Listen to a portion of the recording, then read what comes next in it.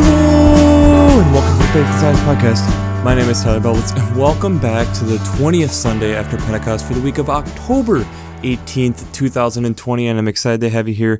I'm excited to dig into this week's podcast, and I'm excited to be able to be in this weird season where we're at. Where I am currently in northern Minnesota, we've been having some weird weather. It's definitely almost like nature is starting to say, you know, it's been a weird enough year, so why don't we give you actual snow accumulation that actually sticks on the ground, which the ground isn't frozen, which is just kind of weird.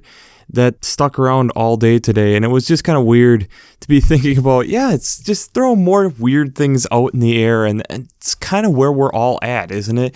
The year has just been odd.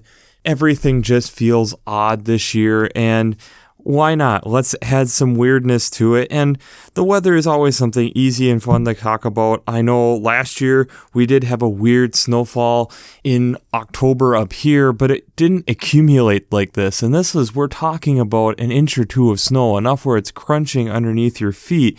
And it's just an odd year. Everything this year has been real odd, and I think we can all agree on that. But it kind of leads really well into our Twitter question from last week, which were, where have you made assumptions in your life? Has that ever backfired? And where in your life can you make sure that you're asking the right questions?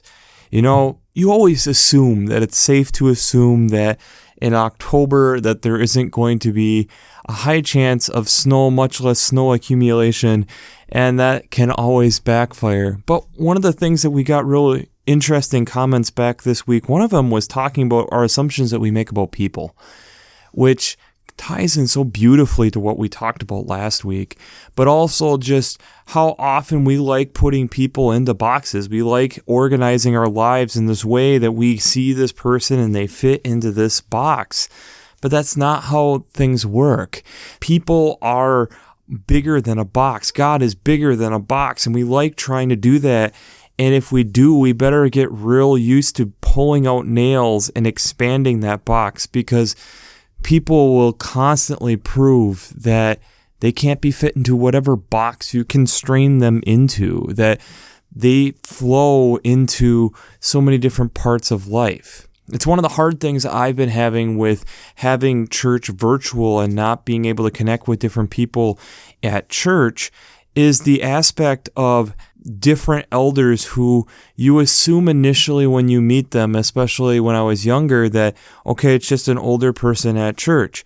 And as you get to know them and as you learn more about them, the lessons they teach you, the things they teach you, the experiences that you have with them transpire and end up carrying more into different parts of your life than just what you saw them as initially. And it's such an important part of our life, an important part of growing and becoming who we are called to be, that we have to learn, that we have to continue to be open to understanding things and asking the right questions. The questions of not what can this person provide me, but what lessons are they going to be able to impart to me that will transcend my life, I think is a good question to be asking ourselves. So let's just jump right into this. And first and foremost, I will say, when I brought up the coin last week in the temple, I didn't know. It was just a happy coincidence that that's going to be our gospel text this week. So we're going to jump right into it. The gospel text this week is out of Matthew chapter 22, verses 15 through 22. Now, remember where we are at here in Matthew, that this is toward the end of Jesus' life. This is right before the crucifixion. It's crucifixion week.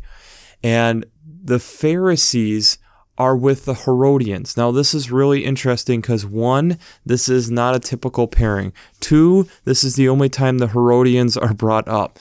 So you have the people who are kind of helping lead the temple and people who are about the king coming together.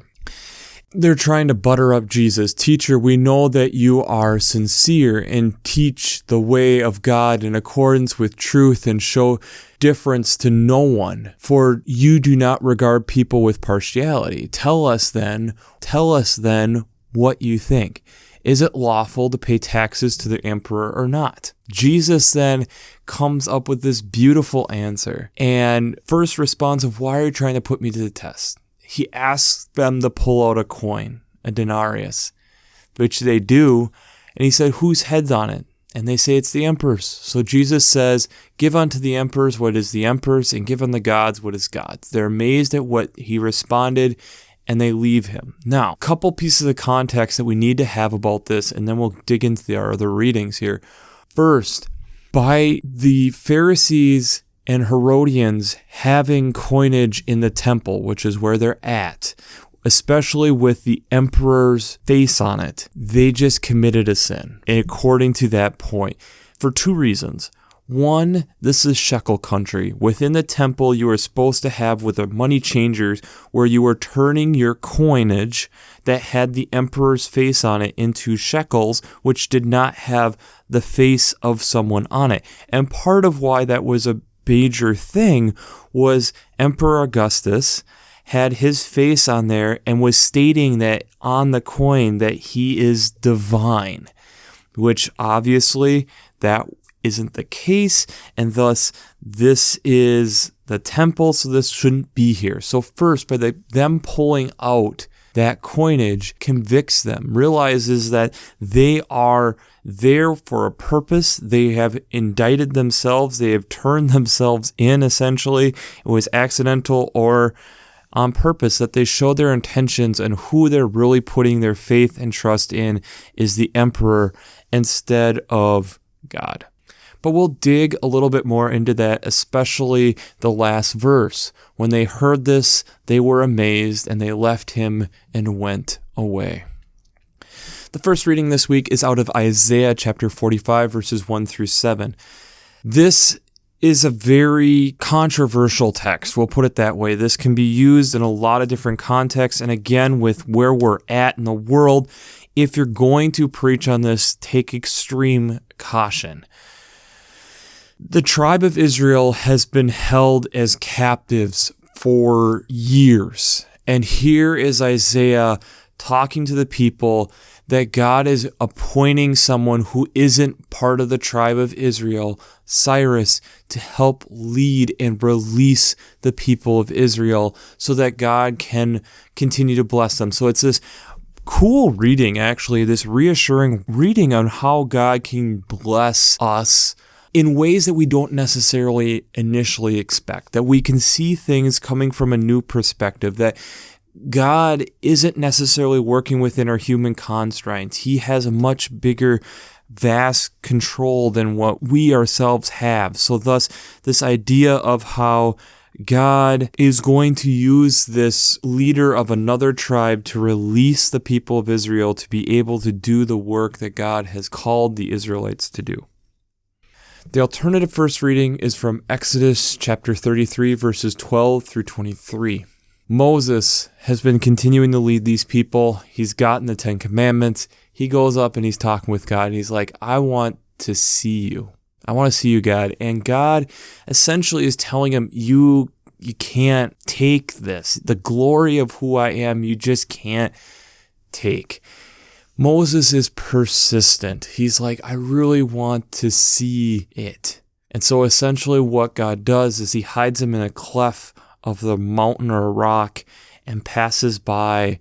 And after he passes by, he lifts his hand so that he can see the very end of his glory, so that the face of God is not shown, which you could argue is partially so we can't make an idol or an image of what God looks like, but we can have this image of the brightness and the image of what the little bit of his glory is.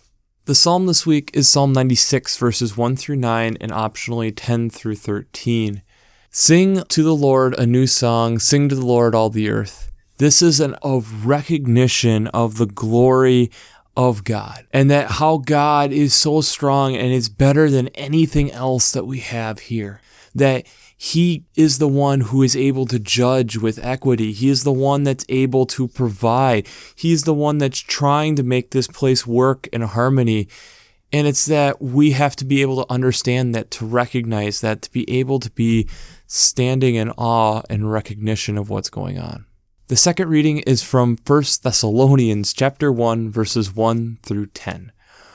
We're going to be in 1 Thessalonians for a couple weeks here, and this is kind of a cool, encouraging book if we're able to take it in and work with this a little bit. But here Paul is writing to the church at Thessalonians and is trying to encourage them and realizing that look at what God has done. And look at how he is calling you to be the people that he is called to be, that there's things that he has and is working on, and the Holy Spirit is within you to be able to do this, to bring and be examples for other people of believers, and how this is something that is bigger and better than anything else, but also something to recognize within yourself. It's a really powerful text to look at. So, before we jump into how faith and science come together this week, we have to do our shameless plug.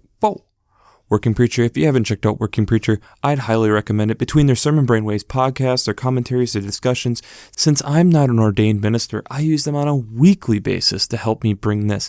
Since you have 4 different seminary professors talking in their podcast weekly, plus multiple different commentaries, plus multiple different discussions, I use them, and it gives me a lot of insight, like the insight that we use today looking at breaking down the gospel text a little bit already.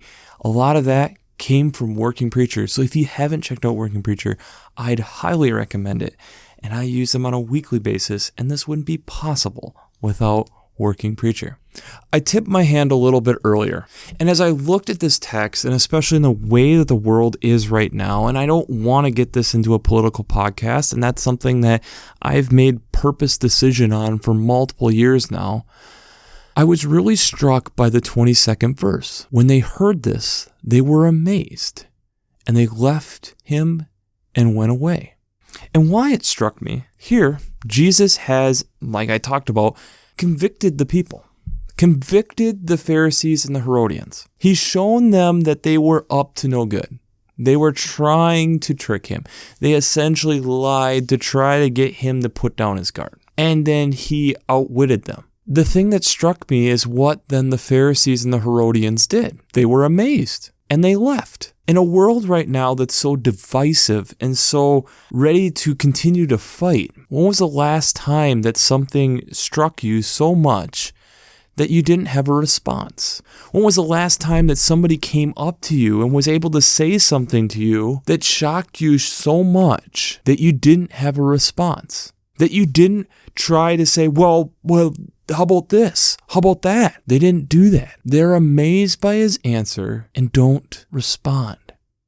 In a world where everything is so instantaneous, so quick for us in a lot of ways, and in 2020 has been kind of a weird year because it's actually slowed us down a little bit, but we're still used to this instant gratification that we get. I can't think of many times where someone is talking to me and something goes on like this outside of like major events where I'm actually amazed and I don't have something to say. We're in a culture where we're almost bred to have an opinion on everything. So this week, I had another article come across my desk that helped me continue to set into this mindset.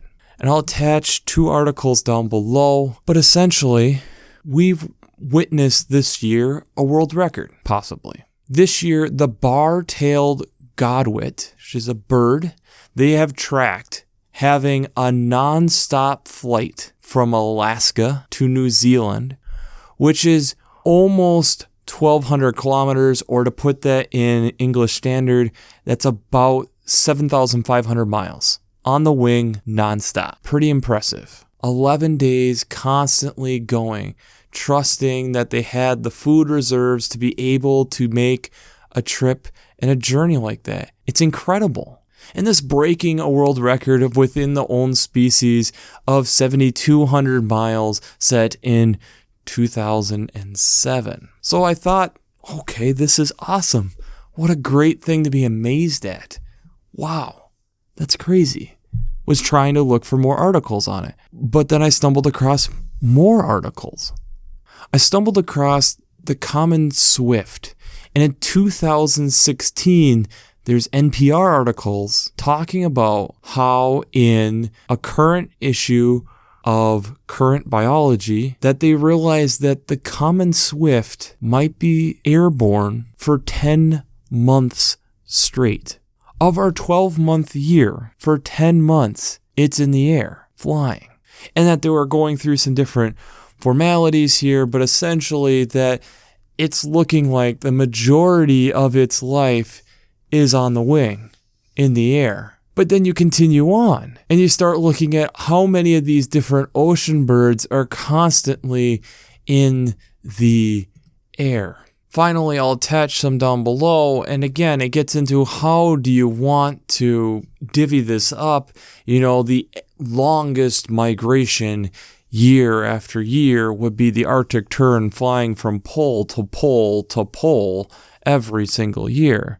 And it is migration season. Maybe this is partially why it's on my mind. But I sit there and just contemplate for a little while how unbelievable that really is. It's unbelievable for me being able to hop on an airplane and 3 hours later be on the, most of the other side of the United States. And you can fly East Coast to West Coast in about 5 hours, 5 to 6 hours, depending on which way you're going. But in that plane, I'm not really doing a lot of work. In fact, I'm probably doing even less work than I typically do doing on the ground. And in that time and in that place, in a lot of ways, I could sleep. I'm not really doing anything. It's easy miles. I'm not working hard. But when I start thinking about hearing of birds doing 7,500 miles of flying straight, and when I've heard and looked at migration stuff before and how dependent these birds are on healthy being able to bulk up to be able to do these migrations. And we've talked about different things with migration before. Is this a time where we're supposed to be sitting there and recognizing the amazement, being willing and able to take a step back to recognize how amazing that is? That God designed these birds to be able to go that distance nonstop. And then the question within our own selves, what are the different gifts and abilities that God has designed within us? And do we live up to that potential? These birds have to in order to survive. Do we give ourselves enough time to be amazed? That's the Twitter question this week. Do we give ourselves enough time to be amazed? Because let's look at these other texts here. The people of Israel, God has promised all these things, and they're probably feeling really down about themselves.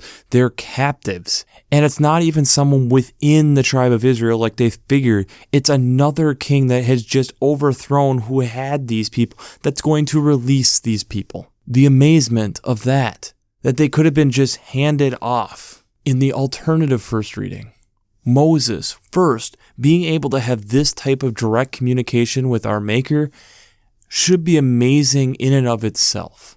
God realizing that I don't want idols, and I know I don't really want to show myself. The persistence of Moses, the persistence to be able to convince God, can I at least just get a passing glance of a little bit of your glory? Oh, I first want to see your face. No, you can't handle my face. But I can let you see a little bit of that glory, and realizing that that is within us also. Because we are created in the image of God that is internal to us.